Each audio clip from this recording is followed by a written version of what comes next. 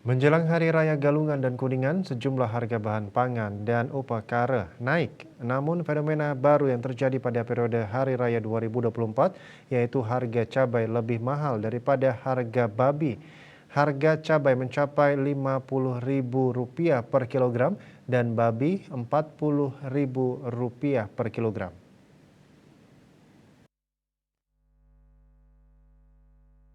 Kepala Dinas Pertanian dan Ketahanan Pangan Provinsi Bali Iwayan Sunado ditemui saat acara pasar murah di lapangan Renon Minggu 25 Februari mengatakan bahwa harga cabai sudah turun dari 70 ribuan saat ini menjadi Rp55.000 per kilogram menurut informasi yang ia dapat di dua pasar. Pihaknya berupaya menurunkan harga cabai sampai Rp50.000 karena di bawah harga itu akan merugikan petani karena sarana produksi mahal seperti pupuk, pestisida, ongkos tenaga juga mahal.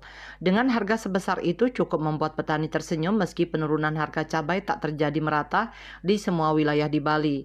Di Karangasem harga cabai masih tinggi Rp65.000 karena panen cabai tidak serempak. Dengan luas tanam cabai 1.800 hektar di Bali yang memprediksi cukup memenuhi kebutuhan cabai di Bali. Sementara harga babi hidup jelang galungan stabil yaitu Rp40.000 per kilogram. Tidak hanya menjaga harga babi stabil, pihaknya juga melakukan upaya menjaga kesehatan babi. Surveillance hanya dilakukan dokter hewan dan tidak sembarang orang dapat masuk ke kandang babi. Sebab sekarang musimnya virus ASF harus sesuai SOP. Saat ini populasi babi 500.000 ekor. Setiap hari ada babi yang dikirim keluar Pulau Bali yaitu paling banyak ke Lampung dan Kalimantan Barat. Stok babi dikatakan cukup karena melihat populasi babi yang cukup banyak. Cita Maya, Bali Pos.